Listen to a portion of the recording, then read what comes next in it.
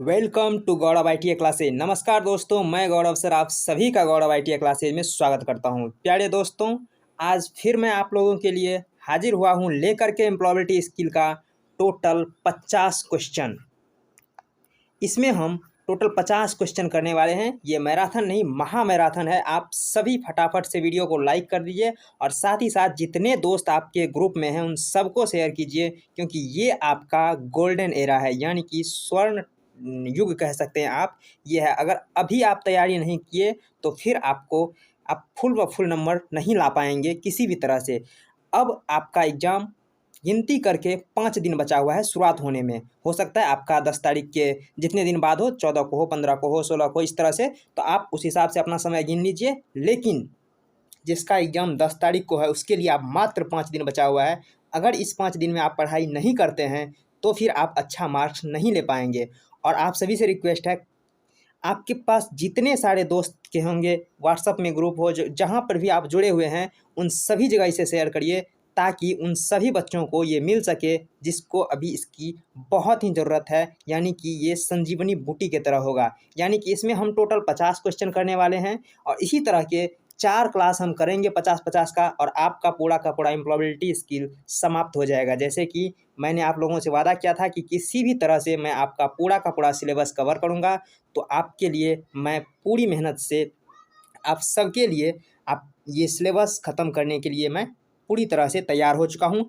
अब आपकी बारी है, फटाफट से सभी दोस्तों के शेयर करिए ताकि उन सभी को इसका लाभ मिल सके। चलिए शुरू करते हैं हम आज के क्लास। और ये 50 क्वेश्चन कहने के लिए है, इसको हम मात्र 25 से 30 मिनट में निपटा देंगे विद कॉन्सेप्ट। तो आप सभी वीडियो को लाइक करके, कान में ईयरफोन डाल के आराम से सुनिए, ठीक है। आपको लिखना है नहीं, सिर्फ और सिर्फ सुनिए, क्योंकि इससे पहले जो आप पढ़े होंगे उनको रिवीजन भी करना होगा। लेकिन अभी जो पढ़े हैं, यानी कि 5 दिन पहले जो आप पढ़िएगा, इसको रिवीजन की कोई आवश्यकता नहीं होगी। यहाँ से पढ़ के डायरेक्ट आप एग्जाम में जाएंगे और वहाँ से एकदम टिक करके आएंगे। 100% आप पास हो जाएंगे, ठीक है। पास ही नहीं, आप 100% नंबर ला सकते हैं। पास तो वैसे भी आप बिना पढ़े हुए जाएंगे तो भी पास हो जाएंगे, क्योंकि इसमें इतना सरल क्वेश्चन है कि आप बिना पढ़े भी 33% मार्क ला सकते हैं। लेकिन आपको चाहिए 100 में 100, तो आप पूरी की पूरी सिलेबस को जरूर पढ़ लीजिए, ठीक है। पीडीएफ चाहिए तो गौरव आई क्लासेज नाम से टेलीग्राम ग्रुप है, वहाँ पे ज्वाइन हो जाइए और वहाँ से आप लोग पीडीएफ लेकर के रिवीजन करिए। जितना रिवीजन हो सकता है आप रिवीजन करिए, क्योंकि रिवीजन ही आपका सबसे अधिक मदद करेगा आपके एग्जाम में नंबर लाने से। क्योंकि पढ़ा तो सब कोई है, लेकिन रिवीजन जो जितना करेगा नंबर उतना ले आएगा, ठीक है। चलिए शुरू करते हैं हम आज के क्वेश्चन तरफ। तो देखिए, आज हमारा ये पहला क्वेश्चन है, यानी कि 201 नंबर, ठीक है। फटाफट से सभी दोस्तों के शेयर कर दीजिए ताकि वो सब भी जुड़ करके इनका आनंद ले सके, ठीक है। चलिए शुरू करते हैं। One important rule of network effectively is dash, यानी कि प्रभावी ढंग से नेटवर्क बनाने का एक महत्वपूर्ण नियम है। देखिए, ऑप्शन ए कह रहा है उन्हीं लोगों से बात करें, यानी कि जिससे आप पहले से संपर्क में हैं उन्हीं लोगों से बात करें। ऑप्शन बी कह रहा है अपने संपर्क में नहीं, यानी कि keep in touch with your contact, यानी कि आपके पास जितने भी लोग आपके संपर्क में हैं उन सबके संपर्क में आप रहें तो आपका नेटवर्क बहुत ही बेहतर रहेगा। यानी कि इसका बी एकदम करेक्ट है। ऑप्शन नंबर सी कह रहा है अपना उत्पाद बेचने पर ध्यान दें। नहीं, नेटवर्किंग में किसी प्रकार का उत्पाद बेचने पर अगर ध्यान देते हैं तो आपका नेटवर्किंग एकदम ठप हो जाएगा, ठीक है। ऑप्शन डी कह रहा है अपनी प्रतिस्पर्धियों को पहचाने। आप पहचान के क्या करेंगे, आप अपने आप बढ़िए आगे, प्रतिद्वंदी तो अपने पीछे छूट ही जाएगा, ठीक है। तो इसका right answer option number B है, keep in touch with your contacts, यानी कि अपने संपर्क में रहें। जितने लोग आपके संपर्क में हैं आप उनके संपर्क में रहिए, आपका नेटवर्किंग बहुत ही बेहतर होगा। तो इसका right answer option number B है। हम आगे देखते हैं क्या करता है क्वेश्चन में। नेटवर्किंग इज डैश, यानी कि नेटवर्किंग क्या है। तो देखिए, इसका हम डायरेक्ट आंसर ही कहते हैं और उसको एक्सप्लेन कर देते हैं। पूरा करने में आपको बहुत समय लग सकता है। देखिए, इसका जो है यहाँ पे हो जाएगा अन्य व्यवसाय और ग्राहकों के साथ संबंध बनाना। देखिए, ऑप्शन ए कह रहा है नए दुश्मन बनाना, तो ये तो कभी नहीं हो सकता। नेटवर्किंग में दुश्मन नहीं बनाया जाता, अपने दोस्त बनाया जाता, ठीक है। अपने प्रतियोगी को पहचानना, ये ऑप्शन नंबर डी में जो था इससे पहले वाला, यानी कि अपने प्रतिद्वंदी को नहीं पहचानना है। आप आगे बढ़िए, प्रतिद्वंदी तो अपने पीछे छूट जाएंगे। और डी कह रहा है एक सामाजिक नेटवर्क में शामिल हो जाए। नहीं, सामाजिक नेटवर्क में तो आप शामिल हैं ही, साथ ही साथ अपने नेटवर्क करने के लिए अन्य व्यवसाय और ग्राहक के संबंध में रहें, यानी कि making contacts with other business and customers. ये इसका right answer option number C हो जाएगा। चलिए नेक्स्ट, ये क्वेश्चन कर रहा है ए टैगलाइन इज डैश, यानी कि एक टैगलाइन क्या है। ऑप्शन ए कह रहा है एक प्लास्टिक बैग जिसे आप अपने उत्पाद में संलग्न करते हैं, यानी कि आप मॉल में देखे होंगे, यानी कि आपके जीन्स पे, आपके टी शर्ट पे, आप जो भी कपड़ा सामान जो भी खरीदते हैं उसमें एक प्लास्टिक का टैग रहता है जिसमें उसका मूल्य लिखा होता है, कितना परसेंट छूट है वो लिखा होता है, यानी कि या फिर जो by one get one type से जब अगर कुछ लिखा होता है वो सब उसमें लिखा हुआ रहता है। तो ये आपका प्लास्टिक टैग नहीं है, ये आप सोचिए ये बिजनेस से है, ठीक है, ये आपका बिजनेस से रिलेटेड है। तो बिजनेस के हिसाब से अपने दिमाग को बिजनेसमैन की तरफ सोचिए तो इसका सही आंसर आपको मिल जाएगा। ऑप्शन बी कह रहा है तुम्हारे पास एक मजाक बनाने का मीम है, यानी कि टैगलाइन क्या है, एक तुम्हारे मजाक बनाने का, यानी कि तुम्हारे बिजनेस का मजाक बनाने का एक मीम है। नहीं, मजाक नहीं बनाया जाता है टैगलाइन।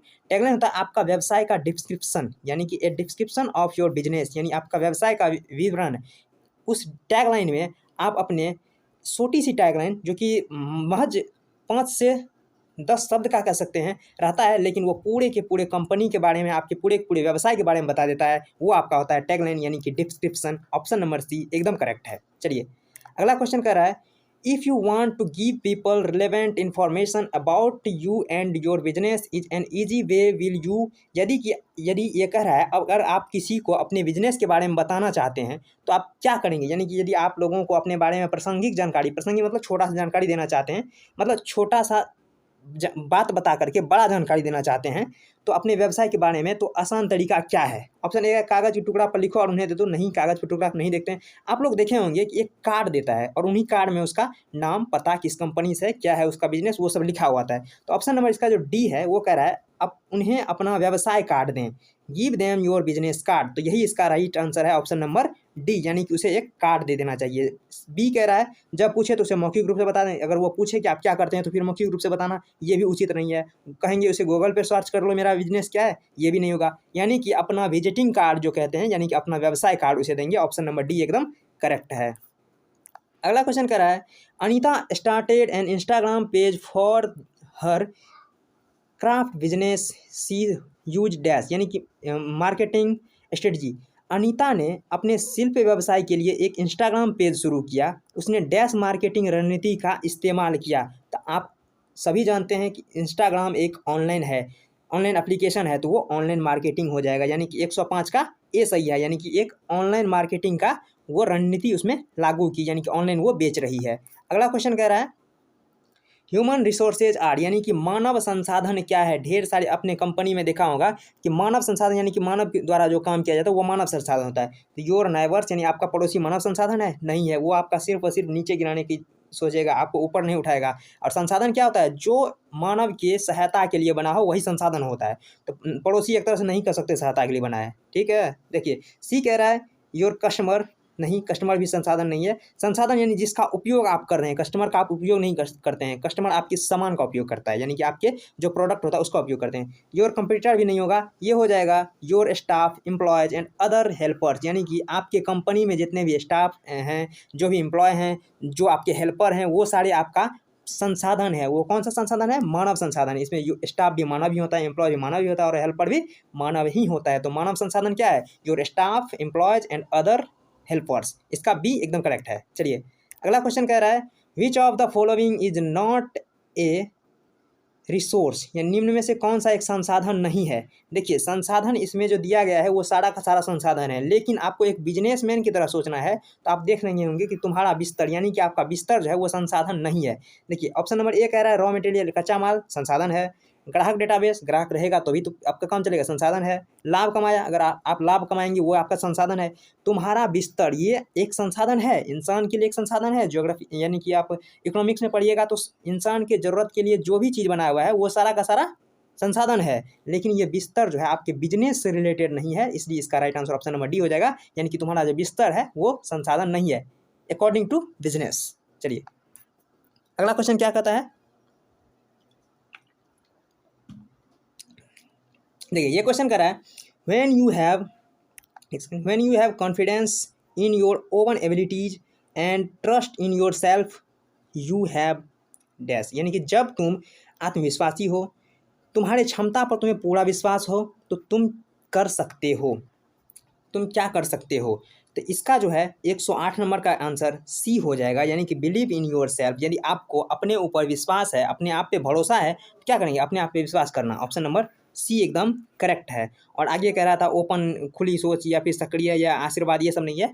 ये क्या है, अगर आपको खुद पे विश्वास है तो हो जाएगा अपने में विश्वास करना, बिलीव इन योर सेल्फ, यानी कि क्वेश्चन में ही आपका आंसर छिपा हुआ है, सी इसका करेक्ट है। चलिए अगला क्वेश्चन कह रहा है यू आर, क्वेश्चन कह रहा है you are a life long learner if you, हाँ ये कह रहा है एक आप एक आजीवन शिक्षार्थी हैं। शिक्षार्थी मतलब जीवन भर सीखते रहना शिक्षार्थी है। और मानव का सबसे बड़ा गुण यही होना चाहिए, वो जीवन भर सीखता रहे, चाहे वो 80 साल का हो 85 साल का हो, फर्क नहीं पड़ता, जीवन भर उसे कुछ ना कुछ सीखना ही चाहिए। ठीक है, यदि आप डैश हैं, यानी कि आप एक जीवन भर शिक्षार्थी कैसे रहेंगे, अगर आप पीएचडी कर लेंगे, पीएचडी करने के बाद तो एक कोर्स है, खत्म हो जाएगा, जीवन भर आप शिक्षार्थी नहीं रहेंगे।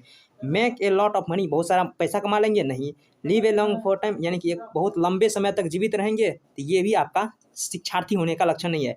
Keep growing and adding to your knowledge, यानी कि आप हमेशा ग्रो करते रहिए और अपने में नॉलेज, यानी कि अपने अंदर ज्ञान को बढ़ाते रहिए। तो ये उसका right answer option number D है, 109 नंबर का, keep growing and adding to your knowledge.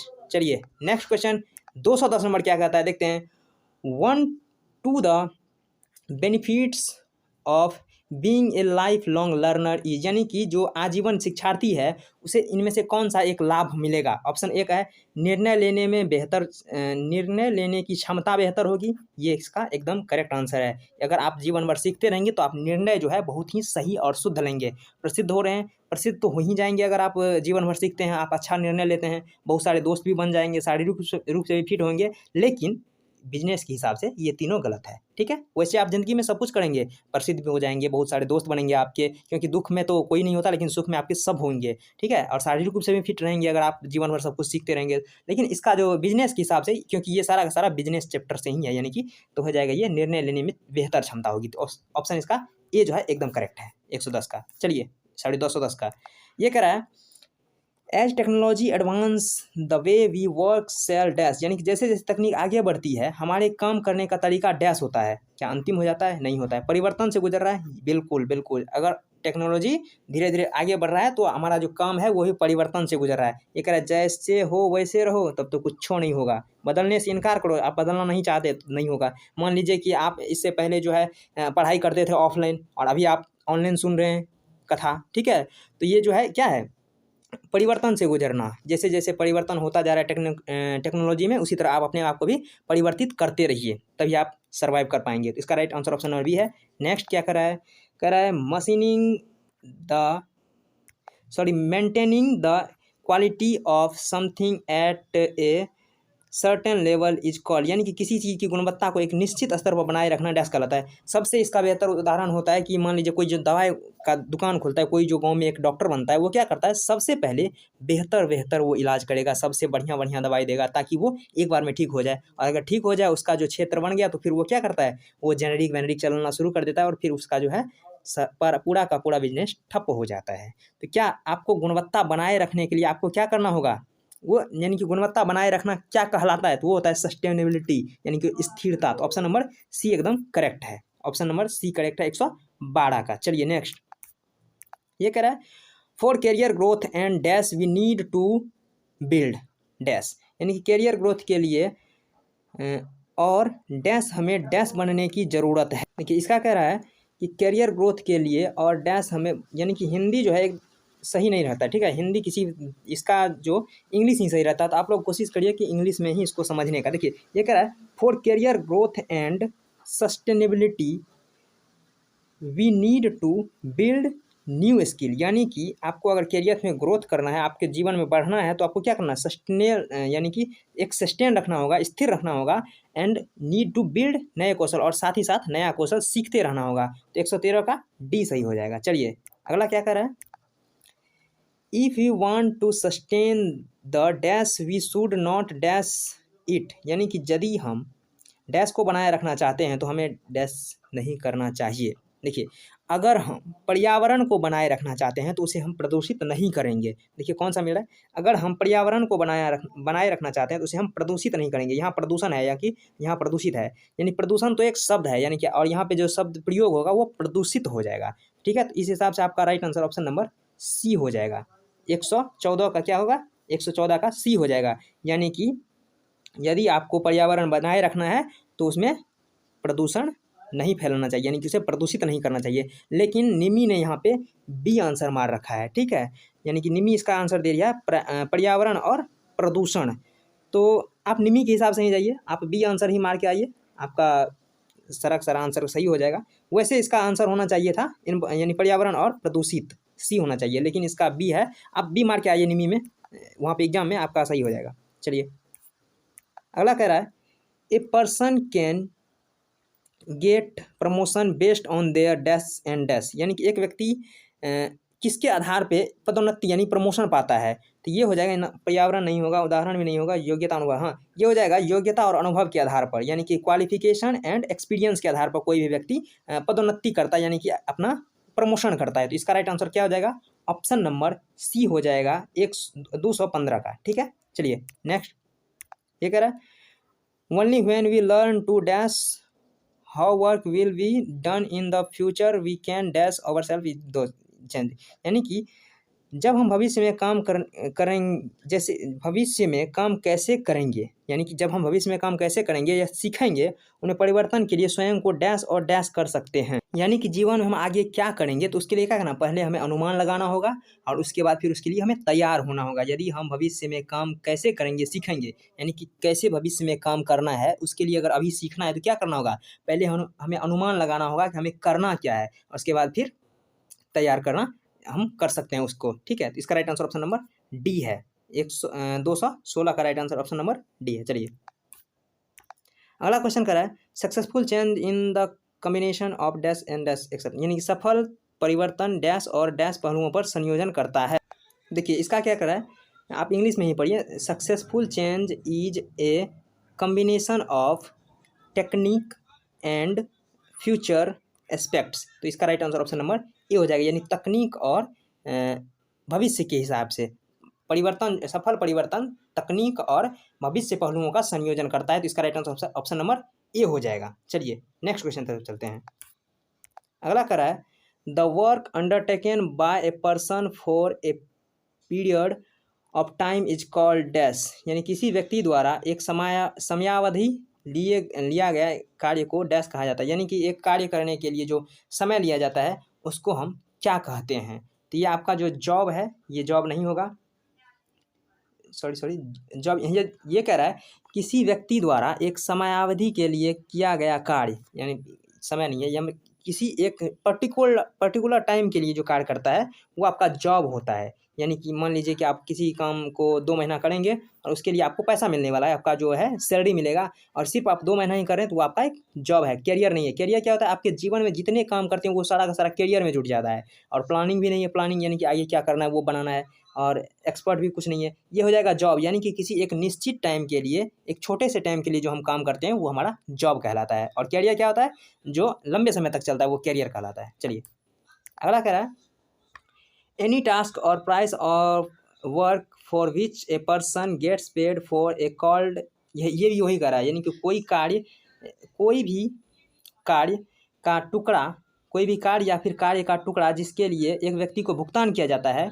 वह एक कहलाता है, क्या कहलाता है, वो कैरियर नहीं कहलाएगा, ना ही प्रोजेक्शन कहलाएगा, ना ही कोई प्लान कहलाएगा, वो कहलाएगा जॉब। यानी कि एक विशेष समय के लिए किया गया कार्य होता है वो जॉब होता है। तो इसका राइट आंसर क्या हो जाएगा, ऑप्शन नंबर सी एकदम करेक्ट आंसर हो जाएगा, 219 का। चलिए अगला कह रहा है, when a carpenter makes a wooden chair and gets paid for it is his, यानी कि वो क्या, एक जो है बढ़ई जो है वो लकड़ी का एक कुर्सी बनाता है, तो वो उसका क्या है, वो उसका जॉब है। ऑप्शन नंबर सी इसका करेक्ट हो जाएगा, यानी कि वो एक निश्चित समय के लिए काम कर रहा है तो वो इसका क्या है, जॉब है। 220 का क्या हो जाएगा, सी हो जाएगा। चलिए नेक्स्ट कह रहा है, जब आप जानना चाहते हैं कि आपके पेशेवर जीवन में क्या चल रहा है तो क्या करने के लिए कौशल और ज्ञान की आवश्यकता है, तो आप वास्तव में कर रहे हैं, क्या कर रहे हैं, जॉब नहीं कर रहे हैं, ना ही करियर कर रहे हैं, ना ही आप करियर रोल ये कर रहे हैं, आप करियर प्लानिंग कर रहे हैं। ऑप्शन नंबर डी जो है एकदम करेक्ट है, यानी कि आप जीवन में क्या करना चाहते हैं उसके लिए अगर आप अभी सोच रहे हैं तो आप करियर प्लानिंग कर रहे हैं, यानी कि करियर में क्या करना है उसका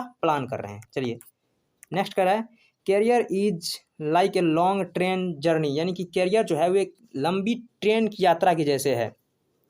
Where dash are the many stations, many stops, many change in nuts in roots, यानी कि कैरियर क्या है, एक लंबी ट्रेन की तरह है। यानी कि कैरियर क्या है, आपके जीवन में जितना काम करते हैं वो सारा का सारा कैरियर में जुड़ता है, जहाँ पर डैश कई स्टेशन पर कई स्टॉप कई मार्ग परिवर्तन होते हैं, ये आपका जॉब हो जाएगा। यानी कि एक जो कैरियर है वो आपका एक लंबी ट्रेन की तरह है, और जॉब क्या है, उसमें छोटे छोटे स्टेशन नदी तालाब वो सब है। तो इसका right answer option number B हो जाएगा। यानी कि जॉब क्या होता है, एक निश्चित समय के लिए पैसा पे जो, या फिर कुछ ही काम के लिए या सीखने के लिए जो काम करते हैं वो जॉब होता है। करियर क्या होता है, पूरे जीवन में जो करते हैं वो करियर होता है। ठीक है, अगला क्वेश्चन कह रहा है a dash is one of the way to reach your dash goal, यानी कि एक डैश आपके डैश लक्ष्य तक पहुंचने का एक तरीका है। ये क्या कर रहा है, एक जॉब जो है आपके कैरियर तक पहुंचने का एक तरीका है। तो क्या हो जाएगा, 223 का ऑप्शन नंबर ए इसका सही हो जाएगा। यानी कि एक जॉब जो है एक जॉब जो है आपके कैरियर तक पहुंचने का एक तरीका है। ठीक है, ये हो जाएगा। चलिए नेक्स्ट क्या कह रहा है, ये कह रहा है डैश यथार्थवादी लक्ष्य हैं जिन्हें आप अपने कैरियर के लक्ष्य को प्राप्त करने के लिए एक निर्धारित करेंगे। देखिए ये होता है आपका माइल्ड मील स्टोन, यानी कि मील का पत्थर जिसे कहते हैं माइल स्टोन हो जाएगा। इसका ऑप्शन नंबर डी हो जाएगा। यानी कि मान लीजिए कि आपको क्या करना है, आपके 5 साल के बाद आपको, मान लीजिए कि आप ITI कर रहे हैं, 5 साल के बाद आपको किसी कंपनी में सुपरवाइजर बनना है। तो सुपरवाइजर बनने तक का सफ़र जो है ये बीच में आपका, और सुपरवाइजर बन जाना वो आपका माइलस्टोन कहलाता है। तो ये बीच का जो समय होता है इसको भी आप माइलस्टोन में ही गिनती करते हैं। इसका right answer option number D हो जाएगा। चलिए नेक्स्ट कह रहा है the materials and support then you need to complete your milestone on time is called, यानी कि अपने मील के पत्थर को समय पर पूरा करने के लिए आप जिस सामग्री की आवश्यकता करते हैं उन्हें क्या कहा जाता है। तो आपका टाइमलाइन होता है। 225 का जो है ये सही हो जाएगा। टाइमलाइन क्या होता है, आप मान लीजिए कि आपको यहाँ से आपको यहाँ पे जाना है, जाना से मतलब है आपका कैरियर को यहाँ पहुँचाना है। ये आपका सुपरवाइजर है और ये अभी आप जो प्रशिक्षणार्थी हैं, ठीक है, आप प्रशिक्षणार्थी हैं, आपको सुपरवाइजर तक बनना है। तो इस बीच का जो समय है इसे आप टाइमलाइन कहते हैं। तो इसका ही आप उपयोग करेंगे ना, इस टाइमलाइन का उपयोग करके आप वहाँ तक पहुँच पाएंगे। तो इसका right answer option number A है। चलिए अगला क्वेश्चन कह रहा है setting update for completion each milestone is called, यानी प्रत्येक मील के पत्थर को पूरा करने की तिथि निर्धारित करना क्या कहलाता है। तो ये आपका हो जाएगा टाइमलाइन, वही मील का पत्थर तक दूरी तय करने, यहाँ से यहाँ तक आपको जाना है, सुपरवाइजर बनना है, फिर यहाँ से यहाँ जाना है, आपको HR बनना है। यानी कंपनी में, कंपनी का बात कर रहा है, या फिर आप अगर सरकारी नौकरी की सोचते हैं तो उस हिसाब से अपने आप में आप सोच सकते हैं उदाहरण। ये क्या होता है, टाइमलाइन ही होता है। यानी कि इस यहाँ से यहाँ तक ये टाइमलाइन हुआ, यहाँ से यहाँ तक ये टाइमलाइन हुआ। तो इसका राइट आंसर भी ऑप्शन नंबर सी हो जाएगा, यानी टाइमलाइन ही होगा। अगला क्वेश्चन कर रहा है we need to have dash when market trends change और when our current job no longer exist, यानी कि हमें आवश्यकता है किस चीज़ की, जब बाजार का रुझान बदलता है या कब हमारी वर्तमान नौकरी की संख्या अब मौजूद है। यानी कि बाजार के ट्रेंड के हिसाब से जो अपने आप को मतलब कि रिप्रेजेंट करना वो होता है अल्टरनेटिव कैरियर। क्या होता है, अल्टरनेटिव कैरियर, यानी कि बाजार के हिसाब से अपने आप को उस हिसाब में तैयार करना। तो ऑप्शन नंबर इसका सी हो जाएगा, अल्टरनेटिव कैरियर। अगला कह रहा है जब आप किसी पोशाक को हाथ से सिलना जानते थे तो मशीन का उपयोग करके इसे कैसे करना है यह सीखना कहा। यानी कि मान लीजिए यहाँ पे 2 शब्द आता है, एक आता है आपका अप स्किलिंग और एक आता है आपका री स्किलिंग। एक होता है आपका अप स्किलिंग, एक होता है री स्किलिंग। देखिए अप स्किलिंग क्या होता है, अप मतलब जानते हैं ऊपर।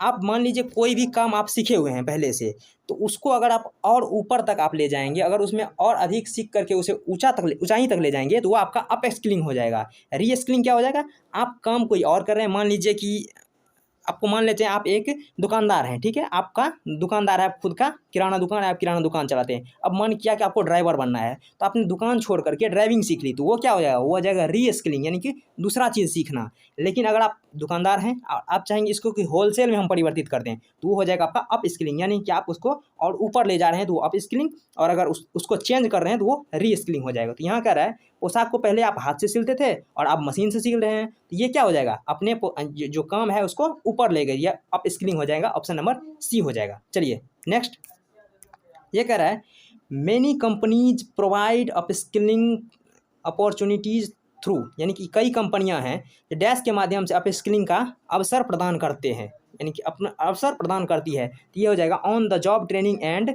सर्टिफिकेट कोर्स, यानी सर्टिफिकेट कोर्स या फिर जॉब ट्रेनिंग के द्वारा। मान लीजिए सबसे अच्छा तरीका है अप्रेंटिसशिप के द्वारा। अप्रेंटिसशिप के द्वारा जो है अप स्किलिंग करवाती है। मान लीजिए आप ITI किए हुए हैं लेकिन आपका स्किल उतना बेहतर नहीं है, लेकिन अगर आप ट्रेनिंग कर लेंगे यानी कि आप जो अप्रेंटिसशिप कर लेंगे तो उसके बारे में आप मास्टर बन जाएंगे, यानी कि आपका जो है स्किल जो है वो ऊपर की ओर बढ़ जाएगा। तो ये हो जाएगा अप स्किलिंग। तो अप स्किलिंग क्या है? On the job training and certificate course, ये आपका अप स्किलिंग का एक तरीका है। ठीक है, चलिए अगला क्वेश्चन कह रहा है trying new things and finding new way to do old things is called, यानी कि नई चीज़ों को अपनाना और पुराने कामों को करने के लिए नए तरीके तलाशना, ये क्या कहलाता है? यानी कि आपको दूसरा काम भी करना है और साथ ही साथ आप जो काम कर रहे हैं उससे भी बेहतर तरीके से करना है, तो उसके लिए कहा जाता है नवाचार यानी इनोवेशन। और याद रखिए ये आपका 418 क्वेश्चन में से एक ही क्वेश्चन है जो नवाचार से संबंधित है, इसके बाद नवाचार नहीं आएगा। ठीक है, तो ये एक ही याद रखिए, नई चीज़ों को अपनाना और पुराने कामों को नए तरीके से करना। यानी जैसे आप पहले हाथ से कपड़ा सिलते थे और मशीन से कपड़ा सिल रहे हैं, ये क्या कहलाता है? ये नवाचार कहलाता है। ऑप्शन नंबर सी इसका एकदम सही आंसर है। अगला कह रहा है, हिंदी पढ़ दें, हम डैश एक उचित तरीके से करें ताकि हम एक लाभदायक और स्वस्थ समझौता तक पहुंच सके। तो इसमें क्या है, बातचीत अगर आप ढंग से करेंगे तो एक स्वच्छ समझौता यानी आपके बीच जो है समझौता सही से हो पाएगा। तो ये आपका बी नंबर हो जाएगा, नेगोशिएशन माना बातचीत। इंग्लिश में हम नेगोशिएशन कहते हैं, तो इसका राइट आंसर क्या हो जाएगा? ऑप्शन नंबर बी हो जाएगा, बातचीत। चलिए अगला क्वेश्चन कह रहा है, taking in a smart way of twisting the information you receive so that you are not fooled by fake news is called, यानी कि आप मान लीजिए आपके पास कोई एक समाचार मिला, यानी कि आपको मिलने वाली जानकारी जो है सवाल उठाकर स्मार्ट तरीके से सोच विचार करना ताकि यह नकली के झांसे में ना आए। मान लीजिए किसी ने कहा कि आप यूट्यूब पे ये वीडियो बनाओ आपको लाखों मिलेगा, और आप बनाना शुरू कर दिए। 2-4 महीने के बाद पता चला कि उसमें क्या रूल होता है, क्या रेगुलेशन है, उसका क्या नियम है, उन सब का कुछ पता नहीं, और आप शुरू कर दिए वीडियो बनाना। तो इसमें क्या हो जाएगा? आप नकली के झांसे में आ जाएंगे। तो यहाँ कह रहा है कि जानकारी प्राप्त करना, उस पर सवाल उठाना, खुद ही सवाल उठाना, क्या लाखों रुपया आ सकता है, उसके लिए हमें कितना मेहनत करना होगा, क्या करना होगा, उन सबको समझना, स्मार्ट तरीके से सोचना समझना, ताकि हम नकली में न आ जाए।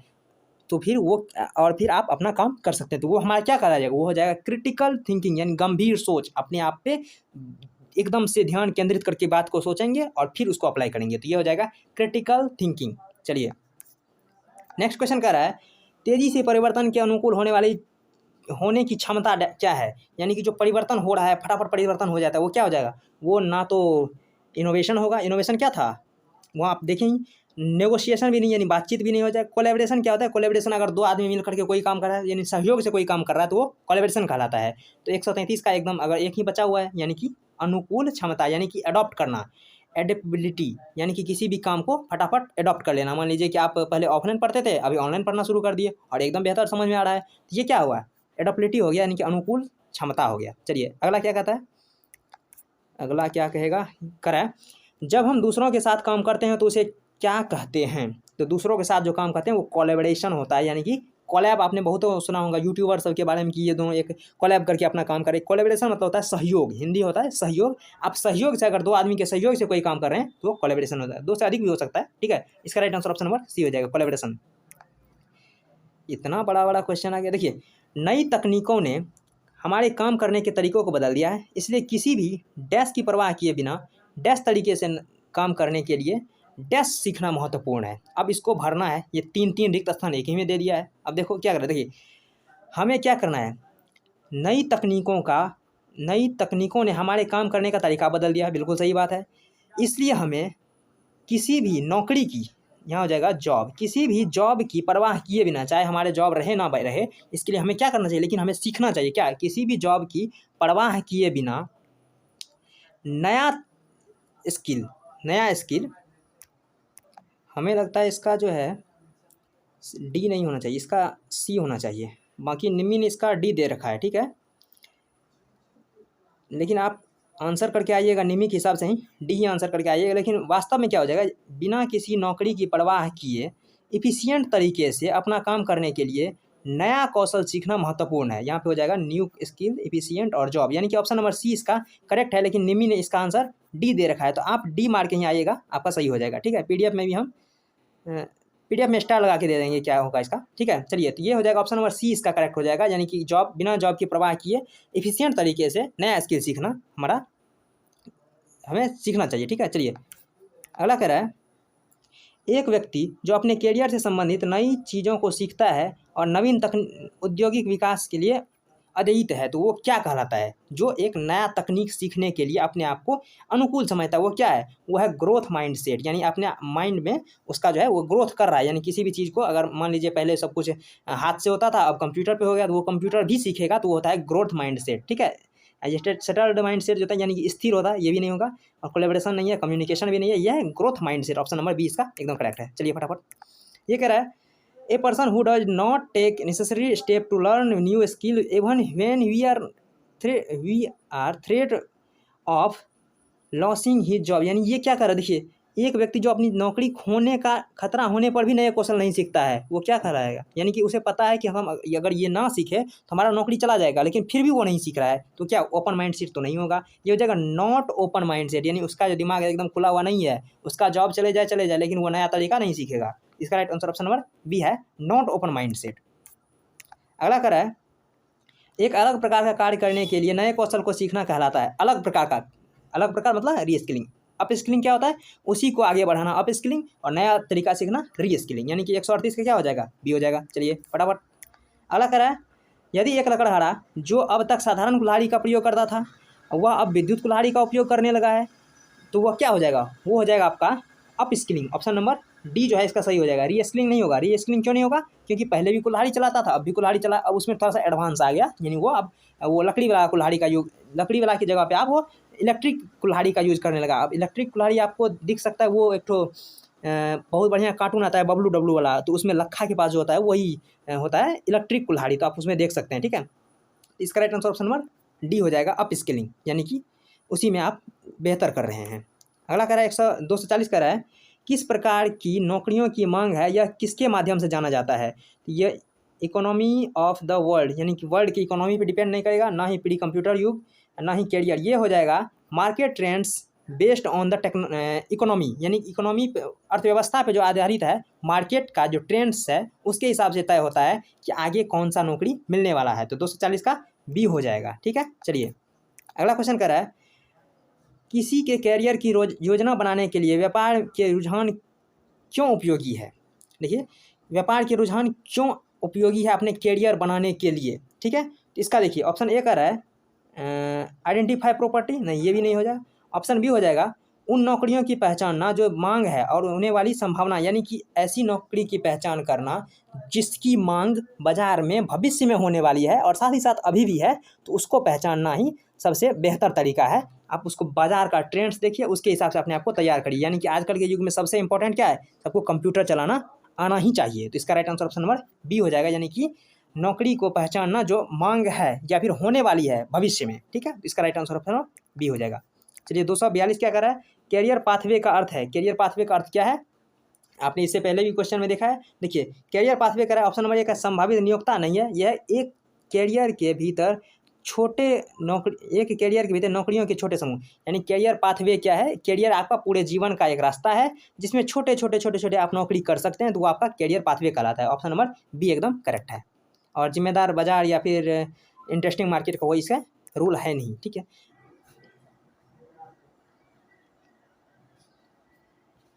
देखिए, ये क्वेश्चन क्या कर रहा है, ये क्वेश्चन कर रहा है, किसी व्यक्ति की कुछ सीखने की स्वाभाविक क्षमता और वह कितनी जल्दी कुछ सीख सकता है, वह क्या कहलाता है? उस व्यक्ति का क्या कहलाएगा? वो फटाफट किसी चीज़ को अगर सीख जाता है तो वो उसका एप्टीट्यूड, यानी कि किसी भी चीज़ को एडेप्ट कर लेना, उसका वो कौशल है कि वो किसी भी चीज़ को बहुत ही आसानी से, बहुत ही जल्दी उसे एडेप्ट कर लेता है, तो वो एप्टीट्यूड हो जाएगा। डी इसका सही आंसर हो जाएगा। चलिए, अगला क्वेश्चन क्या कर रहा है, ये कह रहा है, देखिए ये मैथ का क्वेश्चन है, इसको ध्यान से देखिएगा, बहुत ही आसान क्वेश्चन है, इसमें कोई बहुत बड़ी रॉकेट साइंस नहीं है। देखिए, इस सीरीज ऑफ नंबर्स, यानी कि नंबर का एक सीरीज है, is given you need to fall a number is, ये इतना पढ़ने की क्या जरूरत, यहाँ कह रहा है ये जो दिया गया है इसके बाद जो आगे यहाँ पे क्वेश्चन मार्क की जगह पे क्या होगा, सिंपल सा ये क्वेश्चन दिया गया है, अब इसको बनाना है। देखिए, ये क्वेश्चन है वैसे मैथ का, लेकिन ये आधारित है रीजनिंग पे।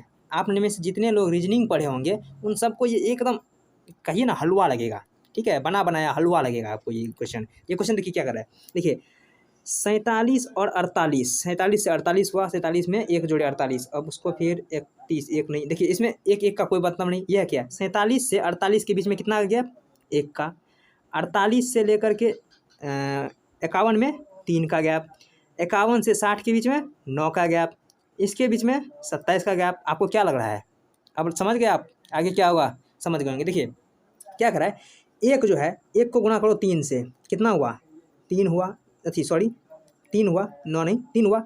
अब इन 3 को जोड़ दो 48 में, ठीक है, तो 48 3 51 हो गया। अब 51 के बाद बचा यहाँ पे फिर अंतर क्या है, 3, इसमें गुना कर दो 3 का, 3 तिया 9 हो गया। 60 में, सॉरी 51 में 9 जोड़ दो, 60 हो गया। अब 60 में फिर 60 और 51 और 60 के बीच का अंतर 9 है, अब इसको गुना करो 3 से, 9 तिया 27। अब फिर 27 को कितना में जोड़ना है, 27 को जोड़ना है फिर 60 में जोड़ना है, 27 में 60 जोड़ने के बाद 87 हो गया। फिर अब 87 के और 60 के बीच में कितना का अंतर है, 27 का, इसको गुना करो फिर 3 से। तो अगर 27 को आप 3 से गुना करेंगे तो ये हो जाएगा 7 तिया 21 का 1 हासिल 2, 3 दूनी 6 2 8, ये हो जाएगा 81। अब क्या करना है, 81 को जोड़ देना है कितना, 87 में। देखिए 7 में 1 जोड़िएगा 8 हो जाएगा, 8 में 8 जोड़िएगा 16 हो जाएगा, और आपका फाइनल आंसर 168 हो जाएगा। किस में है, ऑप्शन नंबर बी में है, ये 168 हो जाएगा। एकदम आसान क्वेश्चन था ये, एपीजीपी अगर आप पढ़े होंगे 10वां में तो उसे रिलेट करता है, ये सीरीज का क्वेश्चन है, ठीक है। इसका right answer option number B है। चलिए नेक्स्ट, कितना आसान क्वेश्चन था, देखिए ये कह रहा है, देखिए एक आदमी एक निश्चित स्थान पर 40 घंटे में पहुंच जाता है, इसको छोड़िए ये क्या पहुंचेगा कैसे पहुंचेगा उसका मतलब नहीं है। यदि वह अपनी चाल 1/15 कर ले तो वह 5 किलोमीटर चलता है। देखिए वो कितना भी चाल से चल रहा उससे हमें कोई मतलब नहीं है, उसको काम कितना करना था 15, लेकिन वो किया कितना, एक, यानी 1/15 मतलब एक हिस्सा किया कितना, 15 में से एक हिस्सा काम किया कितना देर में, 5 घंटा में।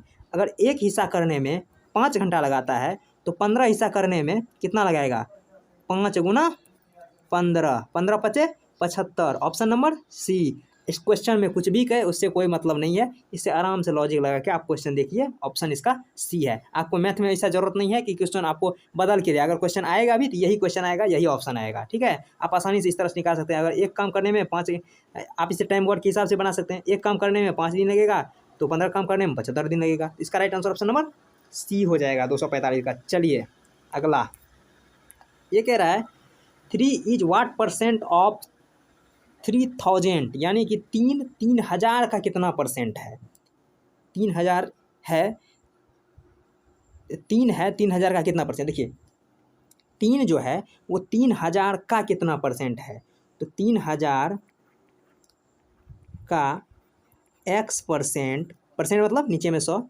बराबर 3। अब एक बात ध्यान रखिए, आप लोग इस बात में बहुत कंफ्यूज होते होंगे कि परसेंट कब हटा, मतलब कब 100 से भागा देना है, कब 100 से गुना करना है। सबसे सिंपल तरीका देखिए, अगर परसेंट को भगाना है तो भागा दो, परसेंट को लगाना है तो गुना करो, ऑटोमेटिक हो जाएगा। यानी कि परसेंट को अगर भगाना है तो भागा दो, और तो अगर लगाना हो तो गुना अपने आप हो जाएगा, ठीक है। क्या करना है, परसेंटेज को अगर भगाना हो तो भागा दो। तो यहाँ पर कह रहा है x% है, मान लीजिए मैंने क्या माना 3000 x%, 3000 का मतलब गुना x% बराबर 3, तो x%, तो परसेंट के नीचे में 100। अब इसको काटिए, देखिए 00 से ई खा जाइए, ठीक है। अब क्या बचा, देखिए इसके बाद अब देखिए यहाँ बचा कितना, 30x बराबर 3, तो x बराबर 3/30, 3/30 है तो इसको काटिएगा तो 3 का 3, 3 दहाई 30, यानी 1/10 हुआ। और अगर नीचे में 1 0 है तो यहाँ पे यानी कि 1 अंक पीछे दशमलव लगा दीजिए, तो ये हो जाएगा 0.1%, तो यहाँ 0.1% है, यही इसका right answer option number D हो जाएगा। अब वैसे तो ऐसा क्वेश्चन आप लोग उड़ाते होंगे हवा में, क्योंकि आप ITI कर रहे हैं, यानी बच्चा तो है नहीं, ठीक है। देखिए ये क्वेश्चन कह रहा है, एक आदमी ने एक दीपक 100 रुपये में खरीदा और 120 रुपये में बेच दिया, तो उसे कितना लाभ कमाया और इसका लाभ प्रतिशत क्या है। देखिए ये परसेंटेज का क्वेश्चन है, और इसको हम एक पेज लेते हैं। याद रखिए 100 में खरीदा और 120 में बेच दिया। चलिए देखिए क्या ये, किसी वस्तु को 100 में खरीदा और बेचा कितना में, 120 में। इसमें क्रय मूल्य विक्रय मूल्य लगाने की ज़रूरत नहीं है, आप सभी जानते हैं अगर 100 में खरीदेगा और 120 में बेचेगा तो उसको 20 रुपया का लाभ होगा, ठीक है। ₹20 के क्या हुआ, लाभ हुआ, इतना सभी जानते हैं। अब परसेंटेज कैसे निकालना है, कितना का लाभ हुआ है, 20 का लाभ हुआ है। हमेशा लाभ किस पे निकलता है, हमेशा लाभ निकलता है क्रय मूल्य पे। क्रय मूल्य कितना है, 100 क्रय मूल्य है, तो इस पे हमारा लाभ निकल जाएगा। तो हम यहाँ पे लिख सकते हैं लाभ बराबर, यहाँ की हम इसे यहाँ पर हम क्या लिखेंगे, हम इसे लिखेंगे लाभ प्रतिशत बराबर क्या हो जाएगा। देखिए हमें कितना लाभ हुआ है, ₹20। किस पे लाभ हुआ है, 100 पे। और पूछ रहा है लाभ प्रतिशत क्या होगा, हमें प्रतिशत लगाना है, भगाना नहीं है। लाभ प्रतिशत क्या होगा, इसमें प्रतिशत की कहीं जरूरत नहीं है, यानी ऊपर में कहीं प्रतिशत नहीं है, लेकिन यहाँ पूछ रहा है लाभ प्रतिशत क्या होगा, यानी कि हमें प्रतिशत लगाना है। तो उसके लिए हमें 100 से गुना करना होगा, और ये 00 से 00 गया, बचा कितना, 20। ठीक है, तो इसका 20% लाभ हुआ और ₹20 लाभ हुआ। चलिए अगला क्वेश्चन ये देखते हैं क्या कर रहा है। हाँ, इसमें देखिए ये कह रहा है एक आदमी एक दीपक को ₹100 में बेचा, और यानी कि ₹100 में खरीदा और 120 में बेचा। ठीक है, ₹20 लाभ हुआ, तो 20 तो इसमें तीन ठो में 20 है। अब फिर कह रहा है उसको लाभ प्रतिशत कितना, तो वो भी 20% हुआ, तो इसका सिर्फ बी में दिख रहा है, यानी कि ₹20 लाभ हुआ और 20% लाभ हुआ। तो इसका राइट आंसर ऑप्शन बी हो जाएगा, 247 का बी।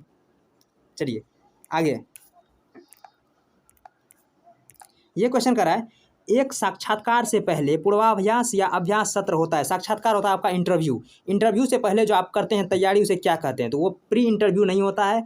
ना ही शौक के लिए आप इंटरव्यू करते हैं, यानी कि शौक के लिए पूर्वाभ्यास करते हैं, ना ही पोस्ट इंटरव्यू मतलब होता है इंटरव्यू के बाद। ये हो जाएगा option number D, mock interview. आप लोगों ने बहुत ही सुना होगा, ढेर सारे यूट्यूब पे आपने वीडियो देखा होगा मॉक इंटरव्यू, और खास करके IAS का। ठीक है, तो वहाँ पे क्या होता है, मॉक इंटरव्यू। मॉक का मतलब होता है नकली, मतलब कि होता सब कुछ इंटरव्यू के जैसे ही है, सब कुछ उस तरह से ही परफॉर्म किया जाता है, लेकिन होता हुआ क्या, नकली होता है, वो असली नहीं होता है। असली तो आपको एग्जामिनर लेगा। इसका right answer option number D हो जाएगा, मॉक इंटरव्यू। चलिए नेक्स्ट कहते हैं क्या है, व्यू।